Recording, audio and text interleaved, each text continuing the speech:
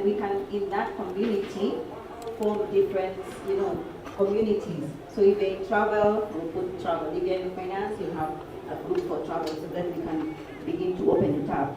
At the moment, I'm the administrator, but once we agree that people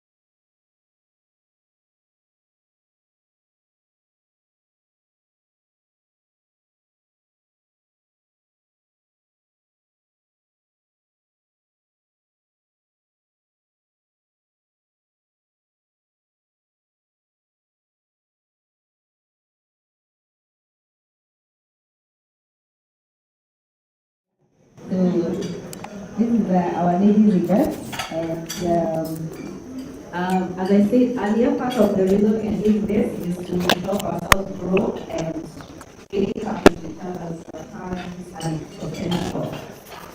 So last time I did an introduction of the speaker, and I want this to be rotational.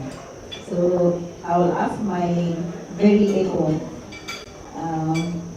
Wangui Njoroge to come and do the introduction of the speakers tonight, and then they will also tell us a little bit about themselves later. Ready to stand up? Let's do the introduction. Good evening, ladies, again. So I'm very, very, very honored today to introduce our speakers. And these two ladies are very special to me. So Wangui Njoroge is called my sister, Wangui, our last one. I'm Wangui. And she's Njoroge like us. And she's one of the most inspiring women I know. I didn't meet her very long ago, or rather we connect very long ago. But over the last 3 years, we've spent a lot of time together. She's been a key mentor in my business. And without her company that she's co-founded, one of her missions is that she believes that entrepreneurs, and many of us being entrepreneurs, she believes that entrepreneurs have to arrive at life. This journey of entrepreneurship, na kila siku nakufa, every day you're suffering. And that has been something that has really become essential in the DNA of even how I run my company, of how I treat my employees, of how I think about the way I treat my customers as well. We're thinking about this as a 15-20-year journey and thinking about how we can be sustainable through it. And so Wangui today is coming here as an entrepreneur herself. She coaches other founders. She loves people and life, and I can attest to this. I've spent many evenings at her house related to the dates. She's a wife, she's the mom-in-chief of her family, and she's a great friend. She's also, in fact, a former lawyer, so she studied law, but her life has taken a completely different shape, which we'll talk about a little bit more. And today she's there in her capacity as the co-founder of PANI. So PANI is an organization that coaches entrepreneurs, and they also have an investment syndicate.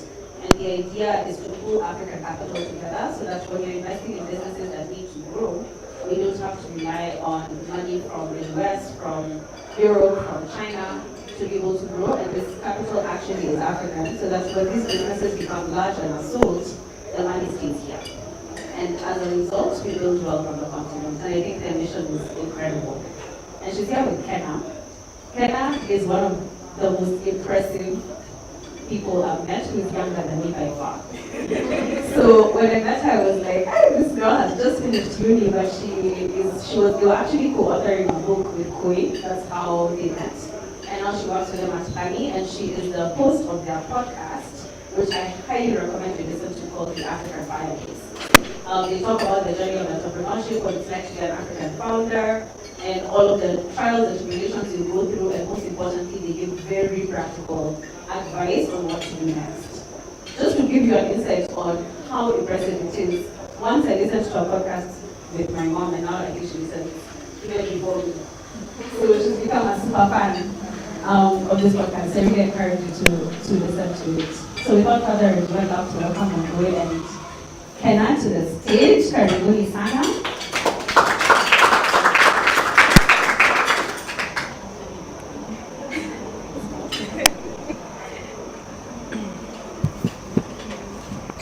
Let's give them another round of applause. Awesome, and I will hand over to you. Take it away, ladies. Okay. Actually, you're seated. Good evening, everyone. Thank you so much for having us. I'm so excited to be doing this. We usually do this just on the podcast, but it's nice to also share that with everyone. I'll introduce myself, and we'll introduce each other. We'll each introduce ourselves. Yes? Yes. But before that, we usually do a pulse check on the podcast. A pulse check is just to check where your energy is at, how people are feeling now that they've eaten and they're all settled in and you've introduced yourselves. So we'll do on a scale of 1 to 5, how are you feeling? 1 is lowest energy, and 5 is highest energy. So what I would like you to do is just turn to the person next to you and just ask them where their energy is at, and then we'll take the collective energies for the tables. Is that okay? Okay, so 1 minute to do that. Check each other's pulses. Okay.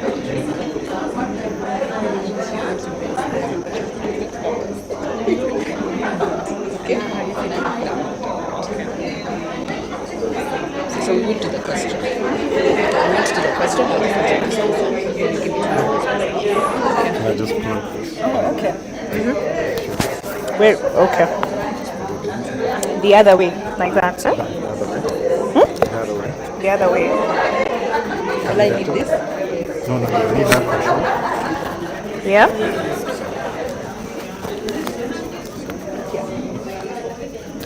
Then there's a record. Sorry. There. Have I put mine? But mine is red. That's not a Yeah, good it's sign. recording. That's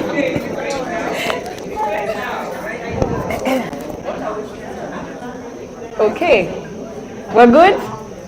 Okay, there are tables that look like they're already done. So let's check. At the back there, what's your average? 8. Okay, 7.5. Okay. Who's bringing the average down? I need to check. And you're only 3, so So 3.75. 3.75 back there. 3 out of 5. Okay, we need to merge some tables. Yeah. And you get that? 4 out of 5. Wow. Okay. 4 All out right. of 5. So I think average is pretty good. We'll get to the end of the session at least. Koi, where's your pulse? I'm at 4 out of 5. Okay. High All right. energy. High energy. Yeah. Okay. Well, thank you for doing that. How I met Koi. Maybe that's a nice place to start. Val mentioned that we were writing a book. So I was in my final year of uni. I studied social sciences at the University of, at African Leadership University in Mauritius. So in my final year of uni, I get this call, and we had just come back because of the COVID pandemic. So we had been shipped off because the school didn't want to deal with many teenagers or in that age at the same time. So we came back to our countries, and I get this call from a lady who wants to write a book. So I knew nothing about her, but I knew that it was a passion that I could do. So just for a background, my passion is storytelling. I love to be around stories, just to listen to them, but also to tell them. And in fact, in my last year, my yearbook quote, when they tell you to write something, my mission is to tell a story that matters, tell stories that matter, and to live a story that matters.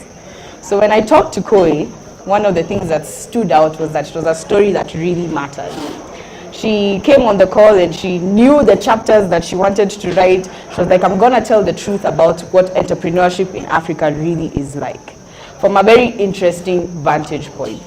So Koi has watched Ken, her husband, build one of the most remarkable, I think, businesses in Kenya, tech businesses in Kenya, called Cellulant. And she has supported every bit of that journey. So when she came on the call, she was like, I'm gonna tell the truth about that. We started writing the book, and I think we did it in 4 months, which was record time. I would just hang out at their house and come back, and a chapter comes through. It was a very nice system that we had built. And for me, it was just introduction into this world that I never really understood before. Entrepreneurship always felt something that was very far, right? So that's how I met Koi, and it's been a very interesting journey of building and understanding how to support founders ever since. Koi is what we call the Arrive Alive champion at PANI. So there's all this science and there's all these head things, all this logic in the building journey, but she's been very, very clear that you have to arrive alive and you have to deal with the soft matters that come along, right? So I've kind of introduced you. I will ask you to add some bits to that. Okay. So yes, let's read an excerpt from the book. So about the book, we wrote, yes.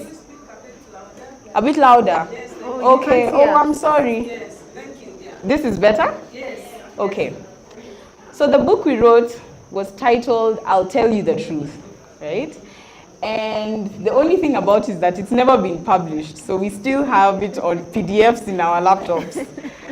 So you get today to have an exclusive preview of that book. We will publish it at some point, but it's also very raw.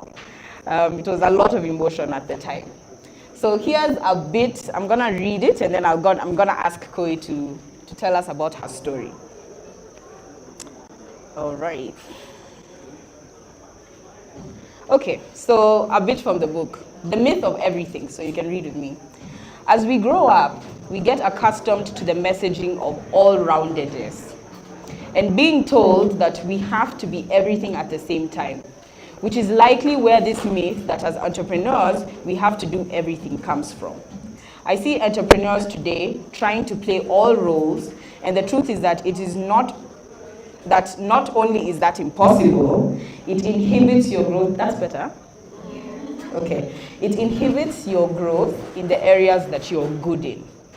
Researchers at the Harvard Business Review did an interesting study on strengths and weaknesses. They found that people built more synapses in the areas of their brain where there were already existing synapses, which means that you generally get better at the things you're already good at. And even when you fight it, your weaknesses may never even out with your strengths. So why take that accounting course when you are born to creatively design things? The truth is that doing 100 things takes away the time you have to get 100 times better at one thing. Just because you are a leader doesn't mean you are perfectly spherical. You are allowed to have edges and quirks and things you're not good at. Most memorably, Ashley Goodall and Marcus Buckingham, the researchers at the Harvard Business Review, assert that there is a word for people who do one thing over and over. It's called excellent.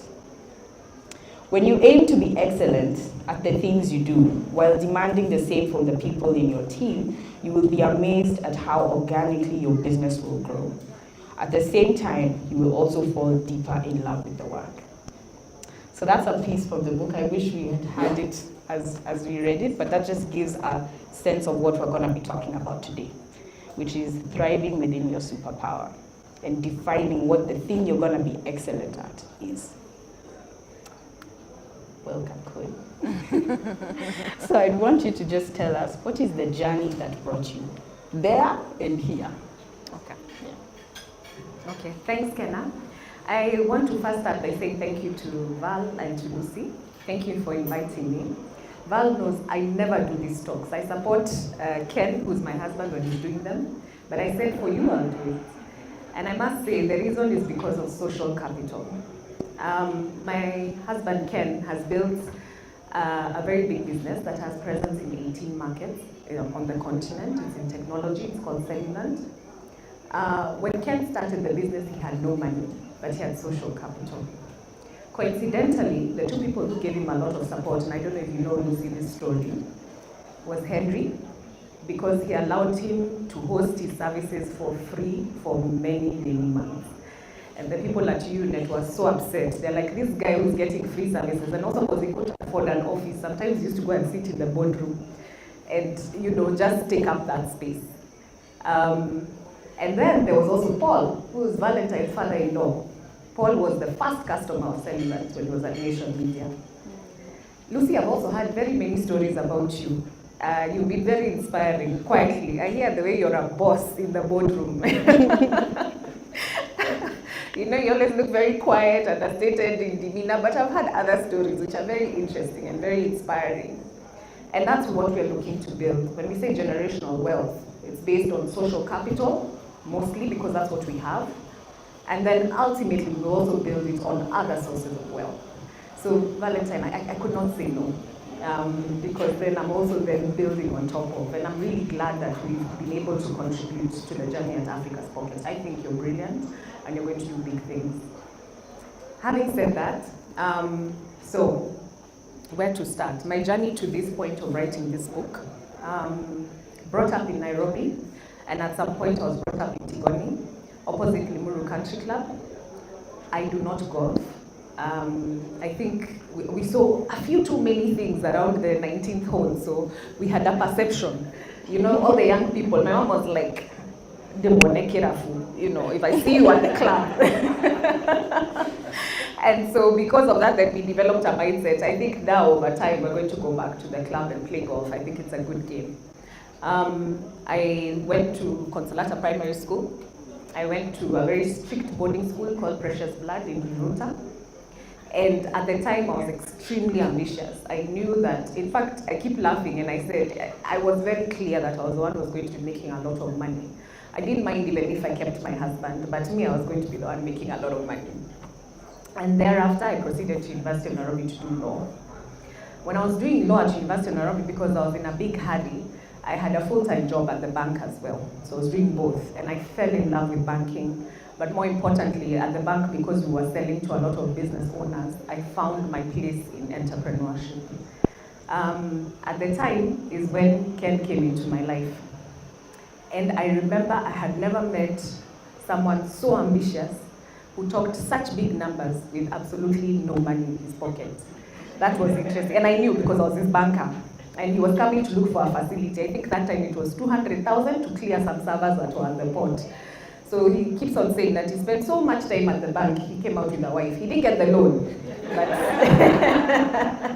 we're here. And he kept on telling me, I'm going to build $1 billion business in Africa. And I was like, $1 billion business, not billion shilling business. It was really fascinating, the ability to dream. It's gone off, huh? Okay, no, not yet. And so the journey began. I was still in university, so you can imagine it was the story of the century. And our kids came in quick succession. So 2004, we got married. Our kids came in May 05, July 06, and February 08. And when I was expecting our daughter in 06, my auntie decided to gift me my nephew and my niece. Today, my nephew, who's going to be a father end of December, is our firstborn. He's 31. He got married last year, so you can imagine me. I did a quick crash course in Rurashios, and I was there, and it was very exciting. And I'm going to be called Shosho. I can't even believe it. Late December or early January. And then our second-born, Shiro, is finished at university. She's working in project management. And then of my biological children, I have Mwangi, who's 18. And then I have Tuki, who's 17. And Joki, who's 15. And that's why I call myself Mom-in-Chief, because I believe it was quite a task to bring those children up. But I'm very proud of the fact that I was able to do that. Then, at the point when we were getting here, I think it was, I had just shut down my business. So I was also running my business as I was bringing up the kids and then supporting Ken as he was building his big dream. We've been extremely fortunate and very, very blessed in that I was able to run a business and he was able to grow Cellulant into a business that is in 18 markets. They have a presence in 35 countries, and we've been blessed. But that journey was extremely difficult, and it has been. And I kept on saying, there's so many success stories, even the headlines around Cellulant when they're published. There's a lot of good stories about the good things and the hype, but there's a lack of vulnerability and there's a lack of honesty, and about what it really takes to build anything big. And the fact that even when you're running your business, life is happening. So you don't leave life at the door and then you run your business. Where you are at as a founder, as an individual, in terms of your identity, is where your business is going to go to. If you go back to your business and look at the growth curve or the spreadsheet or whatever it is, or the graph, you're going to know exactly what was happening in your life at that specific point in time. And that's why I told Ken, I don't mind that you've not written a book before. I think it's very important that I get somebody who can tell my story in the true way, in a very raw and vulnerable way.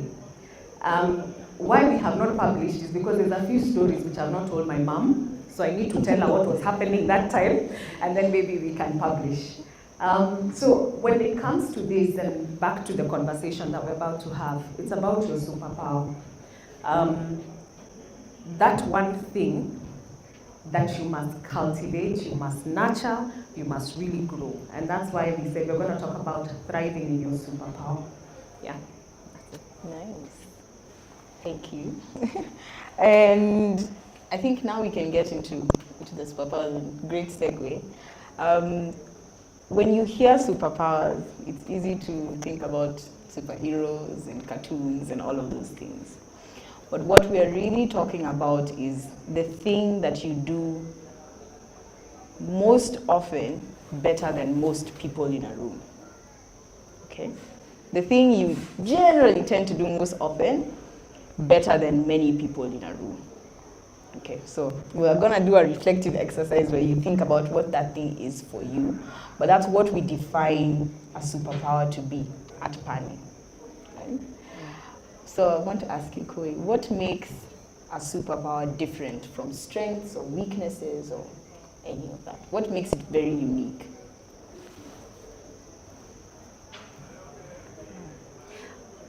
A superpower is, you have strengths, but their strengths may be that just don't really stand out.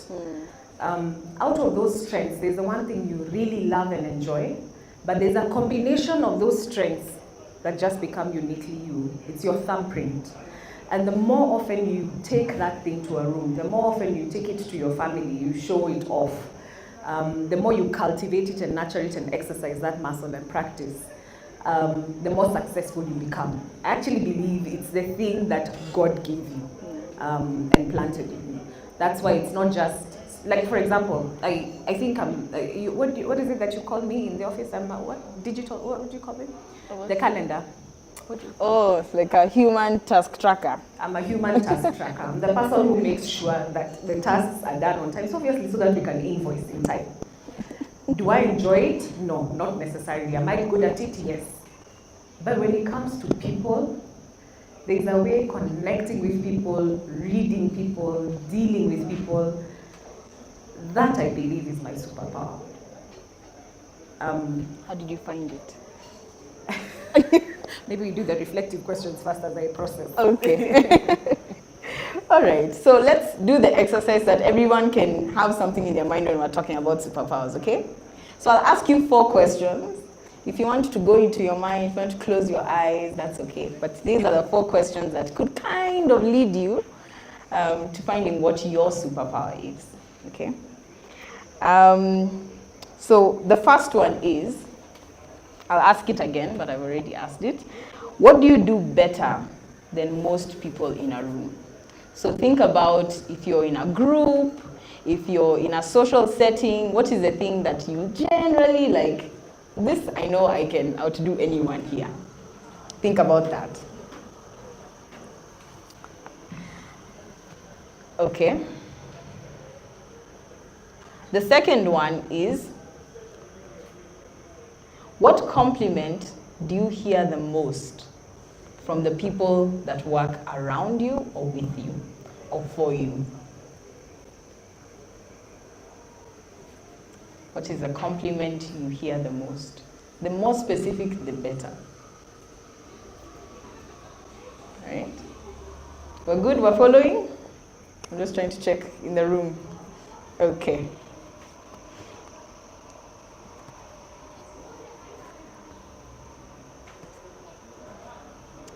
All right. The third one is, what role do you play in your family? Do they give you treasurer? Do they tell you you're going to be the one to come up with the plans? Are you the minister of vibes? What is your role? And be honest. Are you the one told to take care of your parents? You know, all of those roles, they matter. And lastly, and this is the one I added today, is what trait will your grandchildren say they inherited from you?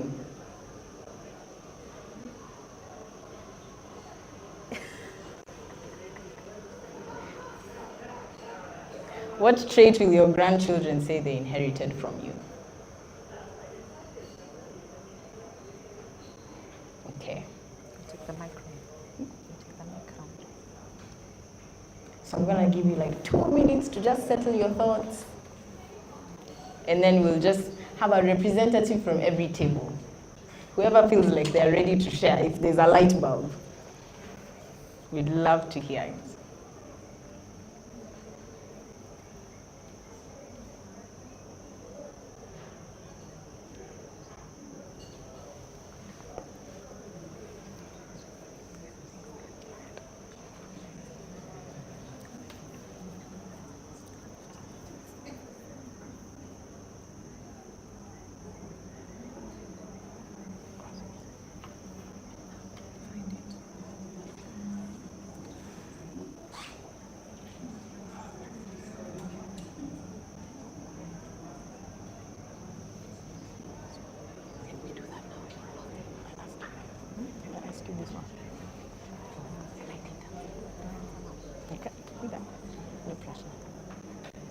Okay, so I take it round. Tell them to do. You're taking it round. All right, we're ready? Okay, let's hear.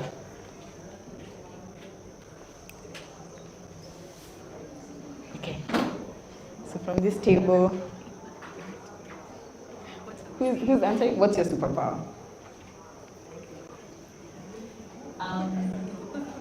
So I think my superpower is empathy. Okay. Being able to understand people. Okay. How does it show up? All the No. things. Yes. This shows up in my ability to project manage because I'm able to assign the right person to the right task. I'm also really good at figuring out how to coach people in the right way to get them to bring their best out.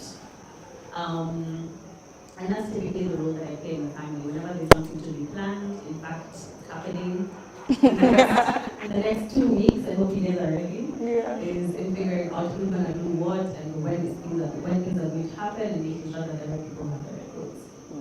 So you're the chess master? Yes. Nice. That's a good way to put it. Okay. Thank you, Val. This table, who wants to tell me a superpower? Anyone? Yeah, I'm thinking. Okay, there you go.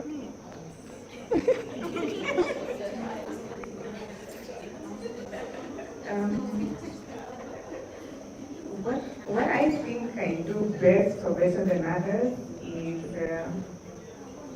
spontaneity in strategic thinking. Okay. What people say I do best is diplomacy. Okay. What is my role in my family is problem solver.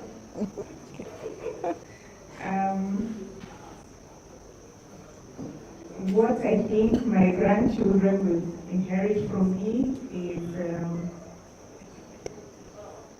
structure and being meticulous.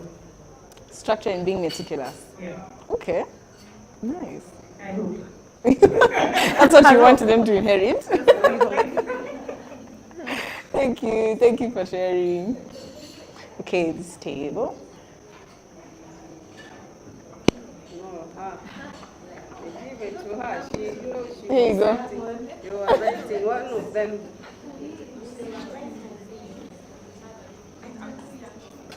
Okay. Anyone? Okay. Yeah, just do it.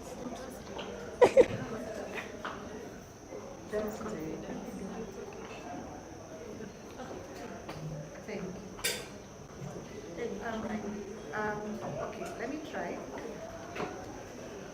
Then I think I'll answer question 4. Yeah.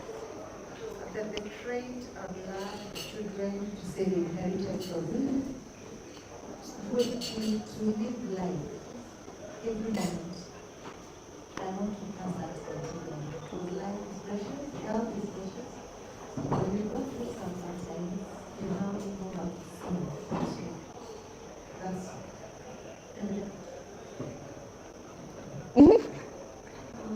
Thank you. When I consider mentally the questions you're putting up, I have a knack for caring for people, so that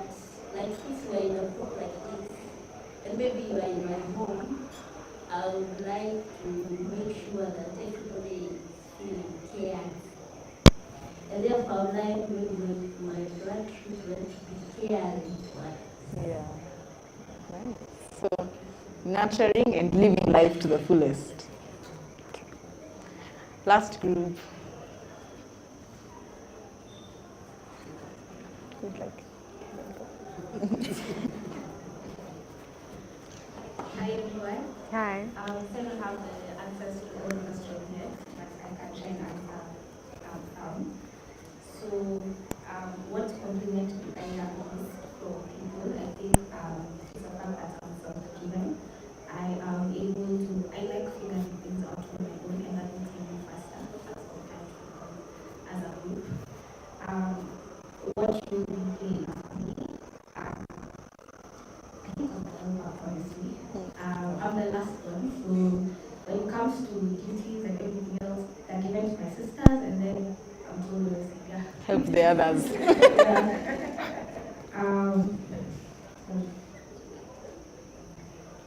What trait will your grandchildren say they inherited from you? I think organization. Okay. Organization. So we had structure and organization. Nice. Thank you so much. Last table. Oh, it's not the last table. This is the last table. I don't think they've just come in. Okay. All right. Okay. No worries. You had also just come. Sorry for ambushing you. Okay. So maybe Koi, you can tell us how you go about finding your superpower. Okay. Okay, so how you go about finding, because remember we said there's strengths and then there's your superpower, the thing that you really must nurture and cultivate. So the first trick is always to check your energy. You're working very hard in your superpower, you're getting tired, but you're loving and enjoying it. So at any one time, as much as that thing is very tiring, whatever it is, when you check your energy, whatever it is, what is that in everything that you're doing, that's how you show up. It's a thing that comes very naturally to you. And also how to find it is just ask those who are around you. Ask them, observe, listen to what is being said, but more importantly, to what is not being said. There are people who are, when Kenna asked, do they choose you to be the treasurer? Not because you're dishonest, but they just know that you're just not super organized. So every time you're like, oh, can we choose so-and-so to be treasurer, and people go quiet in the room, that's something that they're saying without saying it. I keep laughing in my room, in my home from the time the kids were very young. Anytime that we're taking a family picture, and they see me trying to take it, they're like, who gave mom the phone? Like, for sure they know that that is not where that I'm going to be thriving. So what is it that people are not saying when it comes to that thing? Because for sure, that's not what you're very good at. The thing is that it's going to be a lot of hard work because we're brought up not to brag about ourselves, not to think about ourselves. So it's something that's put down all the time. But it's worth it, spending time and reflecting and thinking, okay, what's my superpower? Because that's the thing, you must show up. And maybe we can sort of like talk about how it is that we organize around superpowers in our business. Kenna, like now let me turn on you and ask you that question. To add. Yeah, and you can talk about your own superpower. Okay, I think it's been something, especially working with Ken and Koi. So we're a very small team. We're just the three of us. We were the three of us for a long time, and we just added a fourth person. So finding your superpower was something, especially for me coming into it. I call my superpower in training. So it will not always be at the level where it's a superpower, but it's a thing that is just very unique to you. So I think there's just also a journey that it takes to really stretch it and grow it. So how we organize around it is to allow everyone to spend the most amount of time that they can within their superpower. So when you think of your calendar time or whatever it is, can you stretch the amount of time that you're spending within the thing that is very unique to you? That's where you get most productivity. So for example, I like, as I said, to write stories and just really immerse in that. So for me, I spend a lot of my time doing the decks, doing the quiet work. Like I'm never necessarily here. I like to be at the back listening more. So everyone gets to design their work and their time specifically around that thing. That's also how I think the superpower grows. It's stretched, it's challenged. You also have to challenge it so that it can really be useful and experienced by other people. That's when it's special. So yeah. I also wanted to add, because there's a lot of people who are running businesses, there's something that we found that was very unique. You know, that thing of, you can be caught in the trap of, I'm the CEO, and so this has to be my job description. If it's out of your superpower and it's your weakness, let's say, for example, you're really bad at scheduling. No, maybe not scheduling as CEO, but there's a task that you're really not good at. What you need to hire for is around your weaknesses, to support your weaknesses, not necessarily to say, okay, I'm looking for somebody who will fit this job description. Make sure you hire around your superpower, because that thing that you bring to the business is uniquely you, and that's where the thing that can't be replicated is where there'll be the most productivity, is where you stand to make the most money. So it's a very bad idea now, for example, if you're the star salesperson, and then you say, okay, because I'm the CEO, I should not be running sales. I'm going to get ahead of sales. Yet that is the superpower you bring to the table. So what you need to do is hire around your weaknesses. Basically, leave your weaknesses, let someone else handle it, and really perfect this thing that is your superpower. I want to see if there are any light bulbs that are coming up. So if I can see Anne, there's some light bulbs, you're nodding a lot. Should I give you this to just share what your reflection is?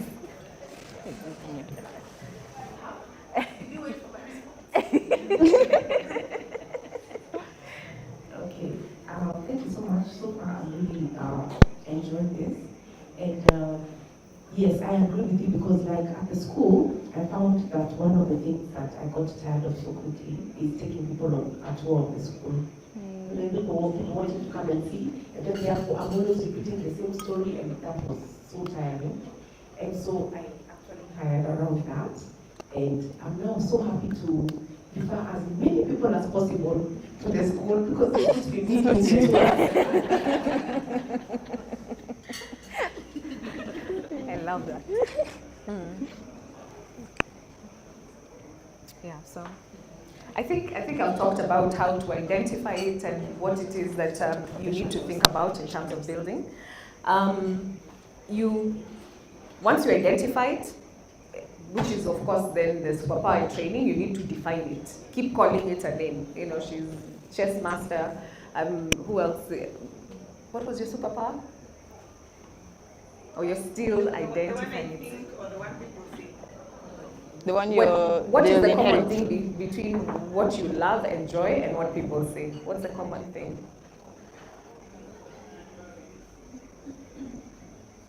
So I heard you talk about problem solver. Yes, problem solver. Diplomacy. People say you're very good at diplomacy. You're very good at strategy. So you probably are a dot connector. Yeah.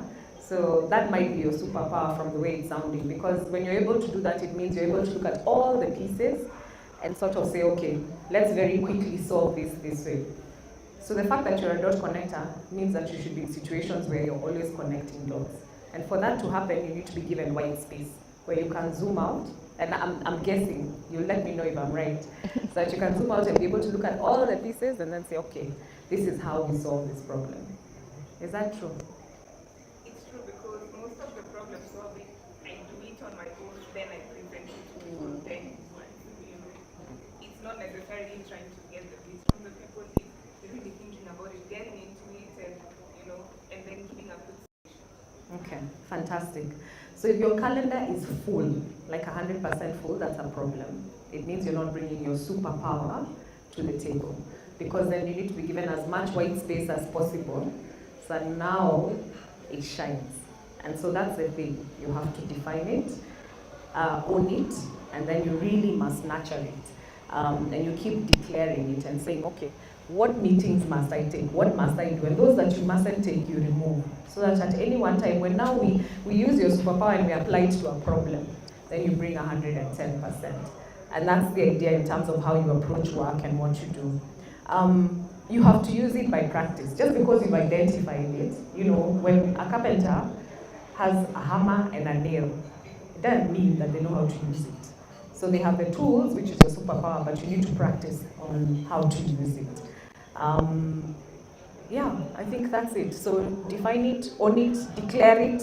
It's called manifesting, and then use it. Lastly, so that we can have a conversation, is that for every superpower, there's a light and there's a shadow. What would you imagine is this, like, let me use myself as an example. I am able to read people very easily. When I spend a lot of time listening, like when we run our workshops, when we're working with entrepreneurs, I spend a lot of time observing body language, listening, looking, and I more or less can tell what is the dynamic in the room, what's happening, who's fighting with who. It's very interesting. So when that's a superpower, what do you think the potential shadow of that can be? And since it's me, it's okay, I don't mind being attacked. What do you think the potential shadow can be? You can just shout to them if you Sorry?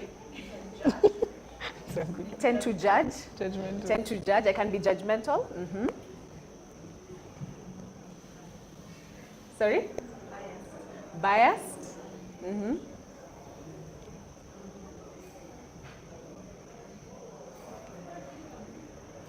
Yeah. Sarah? Yes.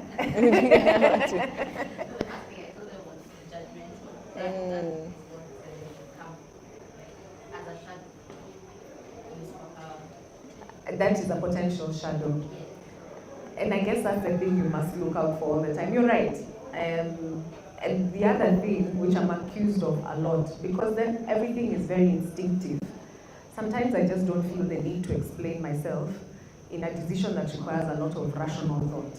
So, for example, if something is not working or someone is not working in a team, I'm just like, it's not working. And then I don't feel the need to explain it.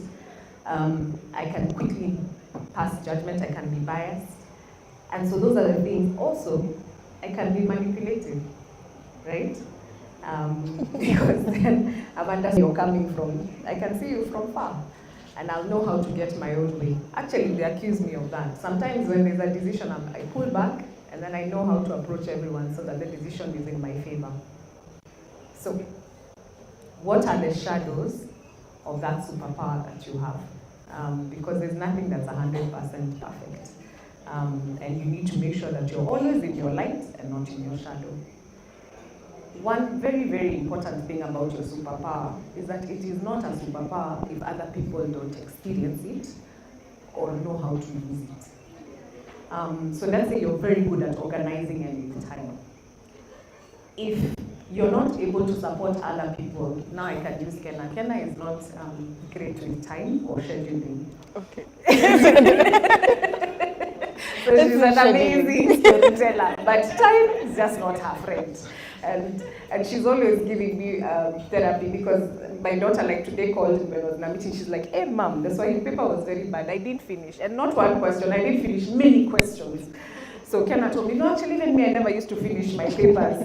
So the thing is that if I'm more organized, and that's my superpower, I can't then, just impose on her. How do I use that superpower to help her? How do I get her better? Is it that then I tell her, let me help you organize your calendar, let me have access to it in a way that is less pressure? So you can't now just be bragging and saying, people find me where I'm at, that's my superpower and that's what I'm good at. If it can't be experienced by other people, then it really doesn't matter. So most importantly, how is it being experienced by others? That's how it becomes a true superpower. And so I think we can recap once we get some more insights and Yes. Yeah. Yes. So we'll open up for questions. Just to add something on the superpower, one of the interesting things I learned is how empowering understanding the concept of superpowers can be, because it's an innate God-given thing, you're never competing with the next person. it's like you have that thing and it's yours. It's like as unique as your thumbprint, right? So when you hire for a superpower, you give it space. You're like, you will generally do that thing better than. So when I'm doing my decks or whatever it is, never mind that there's a lot more experience with the people that I'm working with. I have a lot of comfort in the fact that it's my God-given gift. So the way I'll execute a story can be my own way.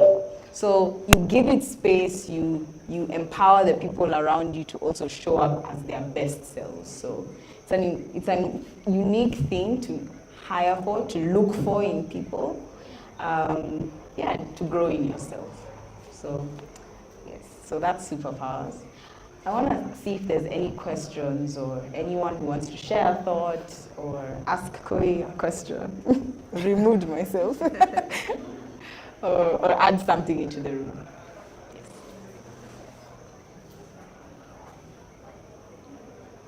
I thought this would be an interesting angle to the whole discussion. You know, I know me pretty well as your lady captain. So to get this whole concept really at the bottom of it all, I would request that people identify and think what they think I'm good at, so that we can all sort of identify what are we talking about when we talk about identity, what am I good at. So I'll ask a few people in the house to just say, what do you think Lucy is good at? And especially because you've experienced a lot of me this year, what do you think that looks like? The person who has not talked, our architect.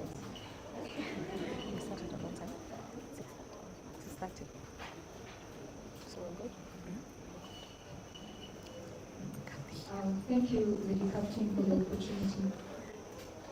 My name is Jacqueline, and to answer your question, consistency. I find that you're quite consistent in terms of you've been getting a lot of information throughout the year. So, and many have been well informed from my end, and I believe others have.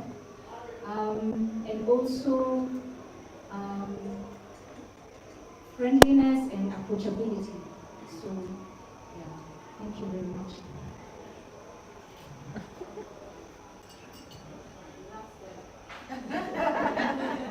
That is being ambushed. One of the things you would realize with Lucy is that she has a quiet stillness. Not stillness, but a quietness. There's another level of still in her that you look at her and really admire the fact that she's able to achieve so much, and especially within the ICT. And sometimes she tells you, these are my clients, and she looks at us and wonders, you're taking so long in the bush to just make some conversations.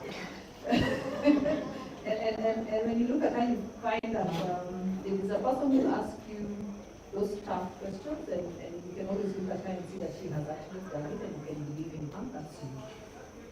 I'll give Rose because she's played a lot of golf, Tuesday golf.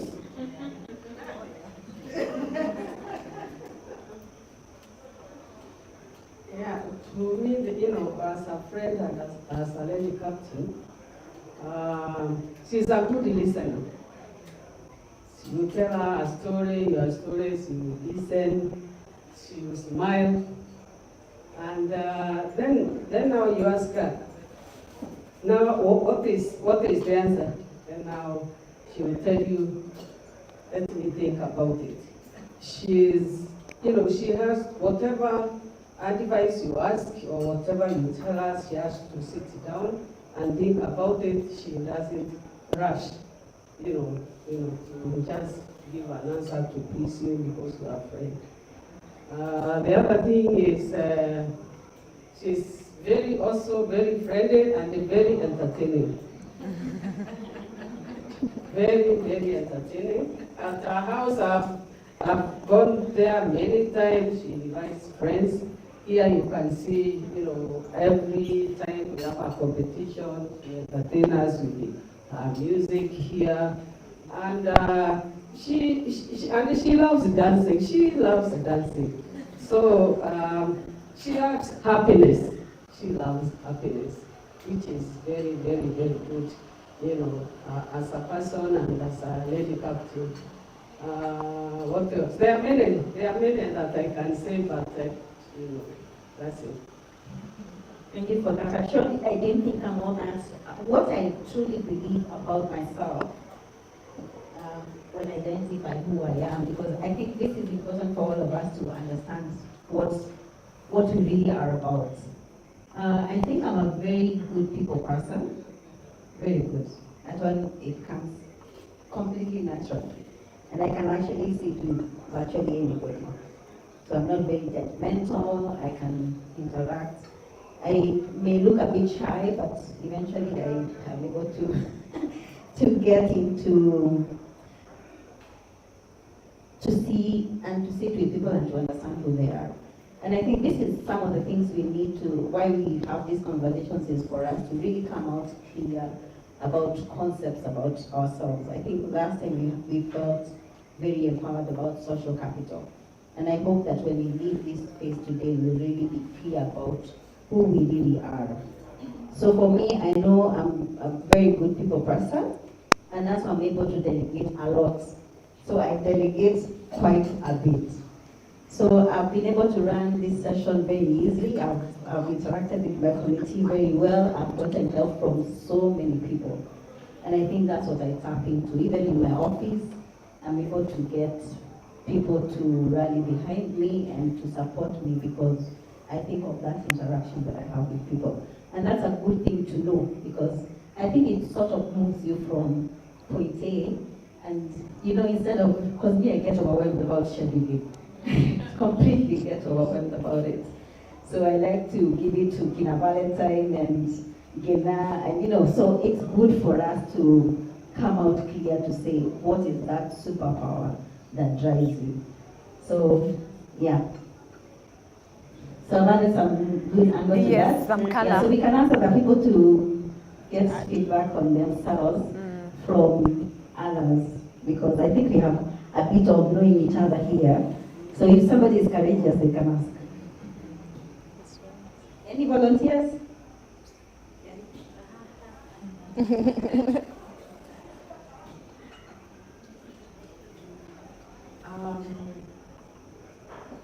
not too sure because all of this is very, it's making me think a lot.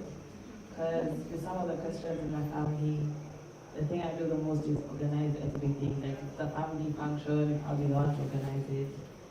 If it's literally anything, we're going somewhere, Kende, what are we doing? Kende this, Kende that. And also here in the club, I fell in love with events and event management. So now everyone, I love doing it regardless of how exhausting it can get. But then at the same time, you still ask yourself, is that really the superpower that you're looking at? Or how do you really think through it to figure out if that's it or it's just something you're really passionate about doing? Let me add on to that question. I think, you've talked about being told about being an all-rounded person. And we're women here, and generally in African culture, as a woman, there are things you do, right? Organizing is one of them. And so I wouldn't be surprised if half of us are the organizers of our families. But is it because it's a superpower or because you were told that's what you're supposed to be doing? It's a good one. Trust you to be controversial. There you go. Kiende, so when you think about your event organizing skills and the fact that everyone calls upon you to do it, and you say you fell into it at the club, what kind of energy does event organizing give you? It's exciting. Yeah. You love it all the time? All the time.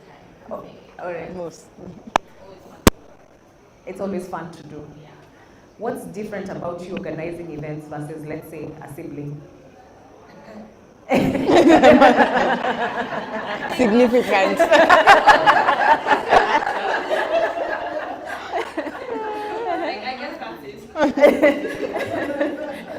Nothing else. Mom, what is different? No, there's a particular meticulousness that we look for, or I particularly look for, and she has it. And she'll understand exactly what I want from a particular function. So and everyone else seems to realize that if it's family trips, everyone is asking her, so where are we going? The entire family. So whether it's just us as the nuclear or the extended, everyone looks to her to figure out where people are going. If it's parties, she's the one who knows which event organizer, what are we doing, what exactly are we doing for this particular person. So leave it to anybody else. Yeah, you just take it up. What does that make you feel, hearing that from your mom? Good, because it's true. I understand that not everyone has it in a family to achieve what people are looking for. And for me, the thing is, I've realized is I know someone for something, or I know someone who will help me with this or that. So, yeah, it's good to, yeah. Okay. When you use the checklist around what the superpower looks like, would you say that's your thumbprint? Yeah. Okay. You feel like you can own it? To an extent. What's the gap?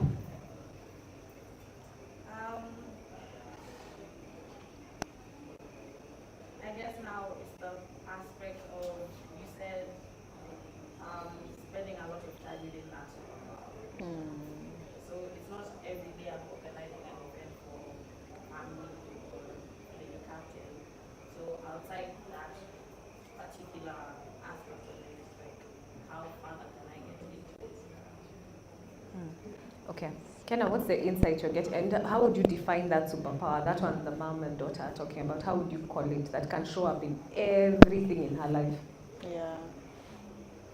Yeah, I think, so I think, I like when you asked own it, like is it something you can own? Because I think that's a huge step in saying it's not just a regular thing. It's not just a common thing. I do this in a really, really special way. And that also allows you to apply yourself into thinking, what makes it actually special?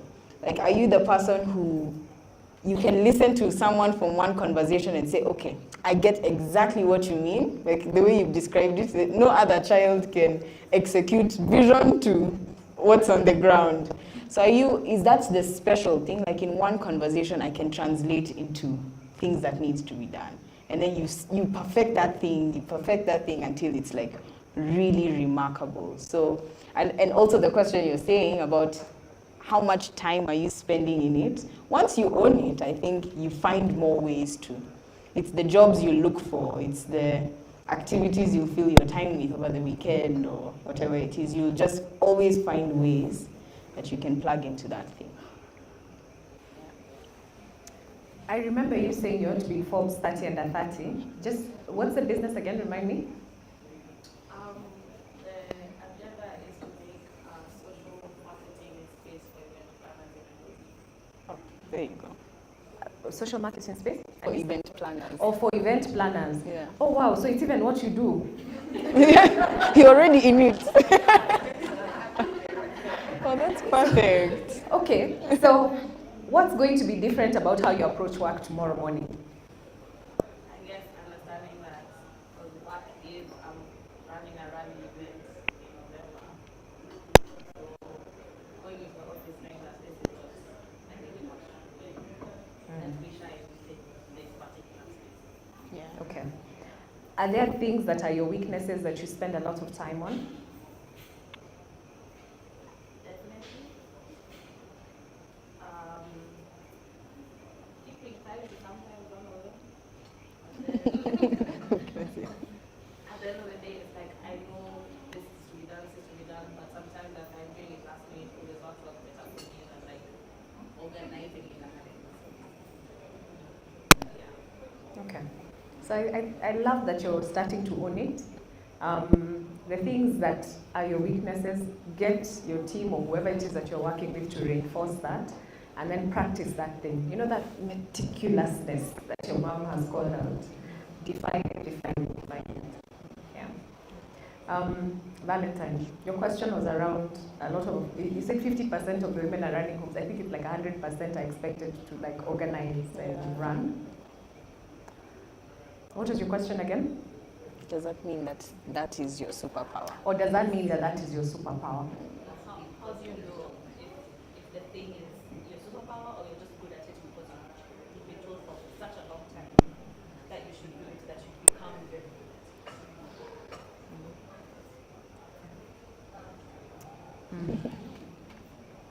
So for sure, there's a lot of stuff that definitely may not be your superpower. I think a lot of it is socialization and of what we've been told, and that pressure to feel all-rounded. It just requires a lot of reflective work, where you step back and say, what about this am I doing out of obligation? And what about this am I doing because I love it? I think because we're a different generation, our mothers gave us permission to delegate because then there was house help, maybe. And now I think we've even taken even more liberty. Like, for example, we don't necessarily go to the shop or the market because then we've given ourselves permission to say, what is it that I'm very good at? But you're right, it's really a weight and a load that we carry all the time. You know, you almost feel like I'm defined as a good wife because I do X, Y, Z, or I'm defined as a good mother because I'm the one who picks the kids from school, make sure that they do their homework, make sure that they get ready for bed on time, takes them for all their activities, and maybe that's not around your superpower. As to what can be done, I think it's an idea sharing thing. Because it's definitely a load. What are your thoughts? Because you seem to have thought about it. I think as you've talked more, I'm going back to the energy thing. So it's like, where do you feel energized? Yeah, and I think that's the key question for me that I don't ask all the time, because it forces you to is to get everything. So whether you're enjoying or not, you make it happen. And even before testing the energies, giving yourself permission to actually just say, I'm not a great cook. And that's okay. When you give yourself permission for that, then after that you say, okay, what is it that then I can assess and say, this gives me more energy than the other thing. Yeah. Mm-hmm.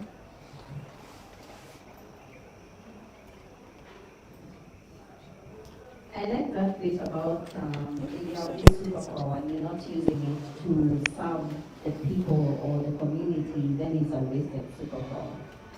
And I think we really thrive a lot of goodness.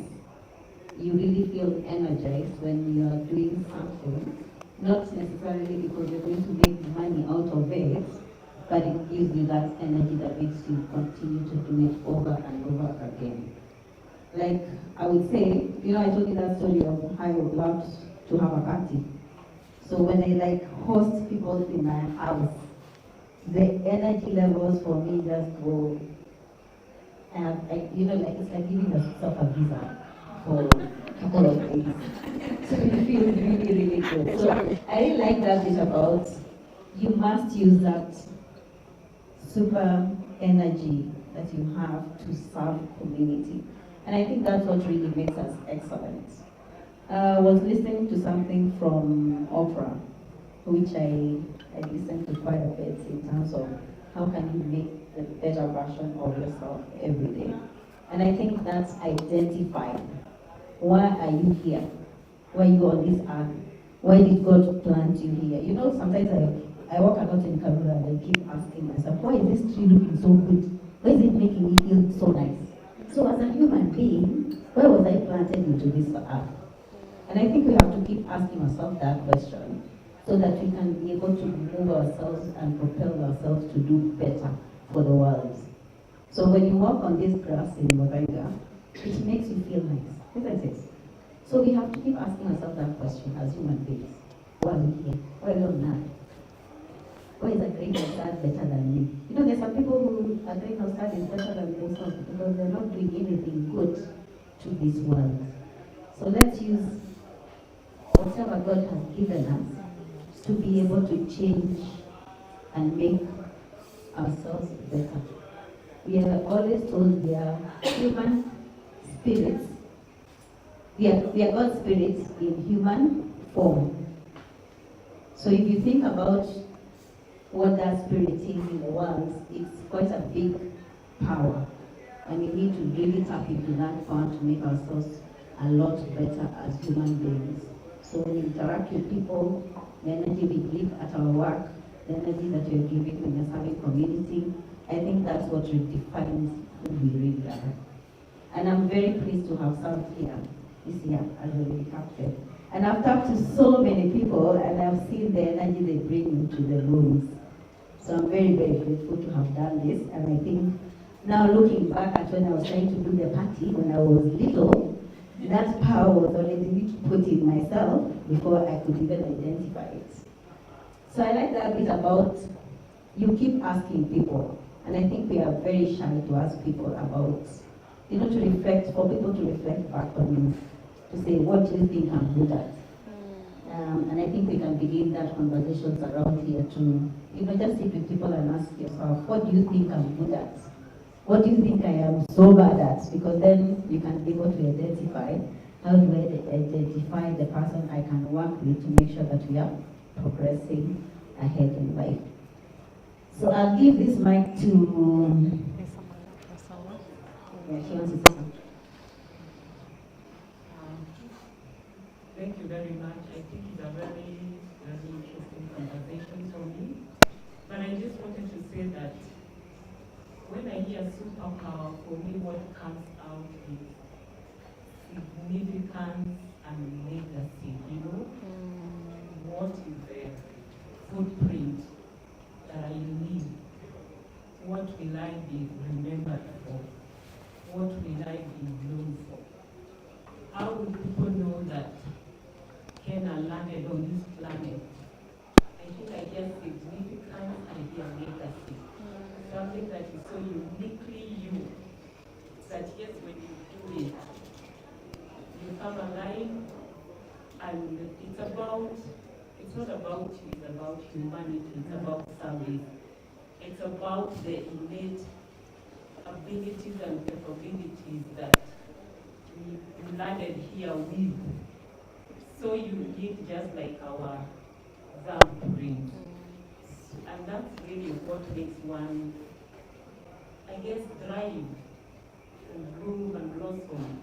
Because you're doing exactly that which you are created to do. And I like what you said, that yes, there are things you do and you're good at. But that one thing that is synonymous with significance and your legacy, really, when you get, and it's normally people who will pick it out for you. It's people who will tell you, you're very good at this, you're very good. I've had things said about me and I'm like, wow. And the way they are saying, it becomes so divine, It's really not about you, it's about your mission, your purpose, why you're here. And I like what Lucy has said. If you don't use it, it's not useful. Yeah. You will not make that difference. So thank you very much for this. Thank you.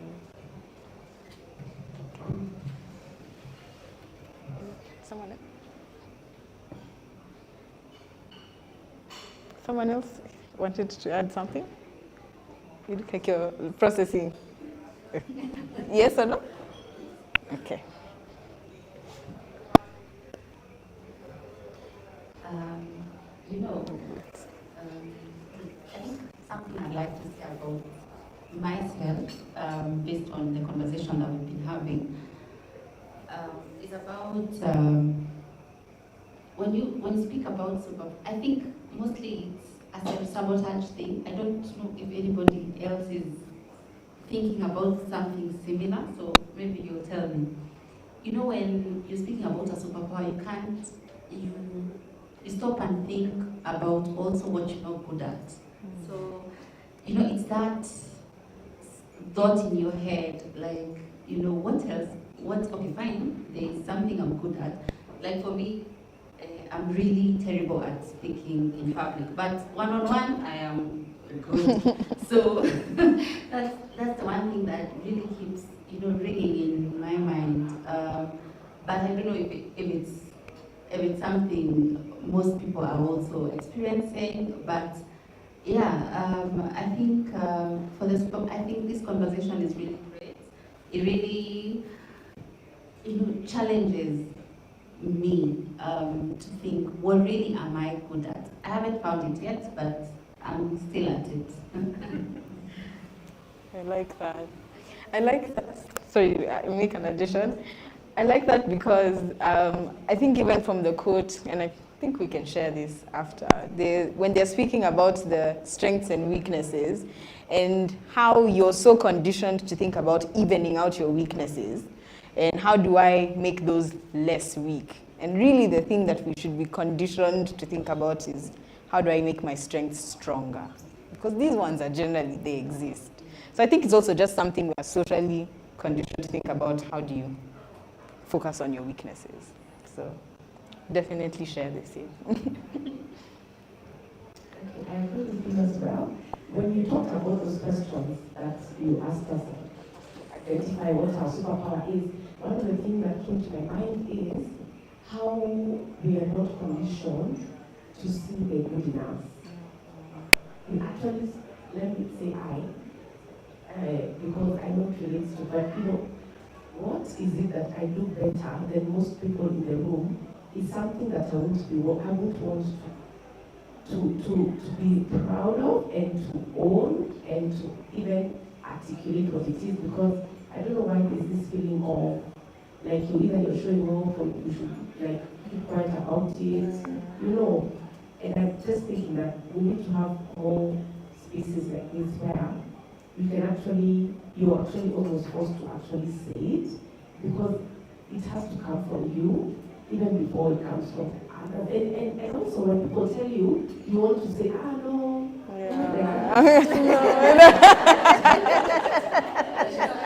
I didn't know. Oh my God, it's not even humility. I don't know what it is. I just say we should just stop that. So I feel so encouraged to actually go out there and think more deeply about this, and then be okay with owning the good stuff, Yeah, okay. And maybe you should tell us what your superpower is. Yes, what's your superpower? Start you own it today. Okay, so what I wrote, I am good at asking questions. I'm good at breaking down difficult concepts that I understand clearly and easily. I can explain stuff. What compliments do I hear the most is that I'm a good speaker, I'm deep. What role do I play in family meetings? I put overthinking there, and that's one. Probing and I'm the treasurer. And the traits I'd like my grandchildren to inherit from me are being able to have good conversations. I love good conversations, curiosity, and godliness. So nice. Lois, I think we should all make a pact to ourselves off of what you've said, that when someone compliments us, we will just say, thank you. No, oh, really? Is that true? I didn't know. I can stop. None of that. We just say thank you and own it. Yeah? Yeah. Are we promising? Yes. Okay. Yeah. All right. Any other last comments before we close out? Anything from the online people? They're just enjoying. Okay. So I'll just ask you, how did you keep the negative thoughts in your mind to continue pursuing that superpower? Like, how did you contain them? How did you get through them? And how did you get to where you are right now? Great question. Yeah.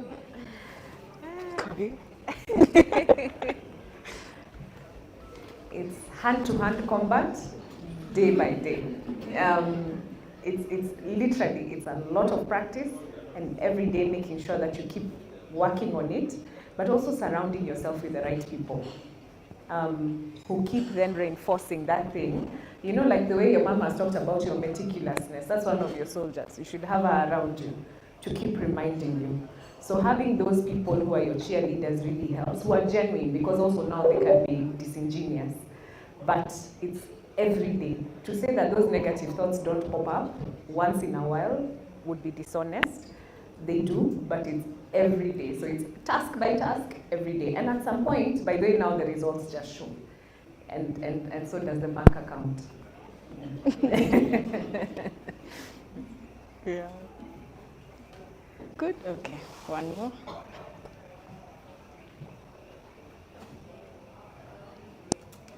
Okay, maybe it's a question directed to you personally, because you said your superpower is writing.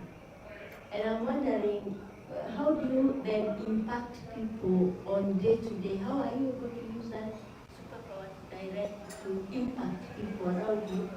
If that, maybe you can explain that. Yeah. Gosh, question for me. Okay, I think how do I use it every day? I thank God a lot that my job is exactly that. My job requires me to be writing and communicating, to be in rooms with people, and then transferring that into like small written simple pieces. So for me, I take every written thing like with that level of obsession. Whether it's an email or a text or a deck or a speech or a presentation, I just take it with that level of like obsession.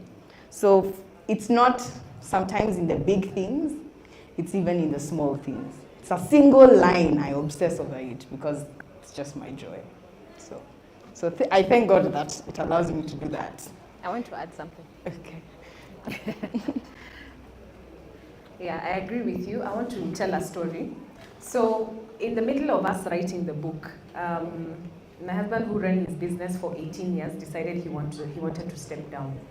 And he wanted to control the narrative and tell the story himself. So he didn't want it to be a scandalous announcement because it had come at a very difficult time.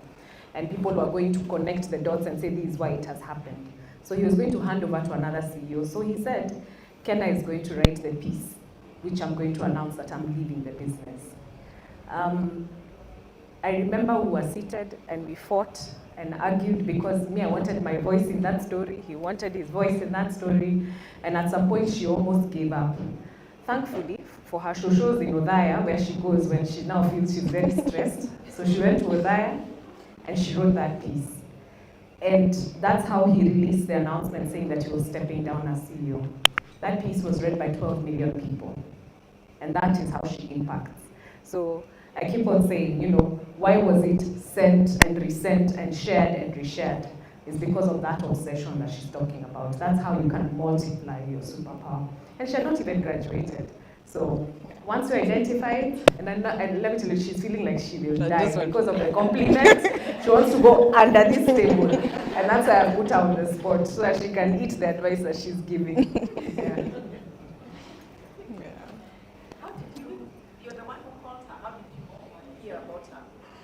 Okay, no, I reached out to a younger brother who was her classmate at African Leadership University, and I said, I'm looking for this specific person because I want them to write for me. Do you know someone who can write? And yeah, he introduced her. Yeah, and she actually took the call to turn me down. But no. Back to Koi Superpower. I could see her from far. Yeah. Yeah. Okay. Nice. I think we wrap up. Yeah, we can recap and wrap up. Okay, Lucy. We wrap up and then, okay.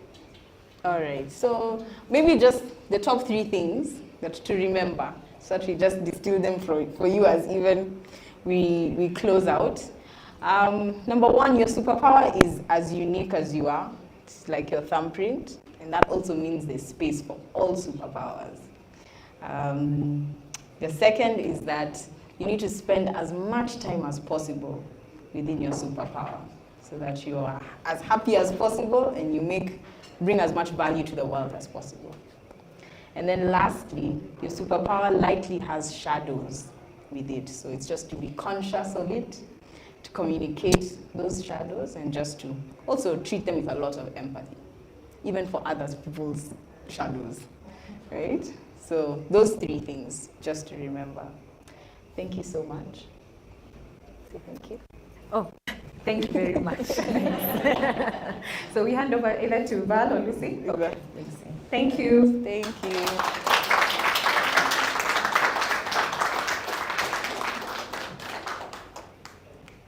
So I am so happy about this today.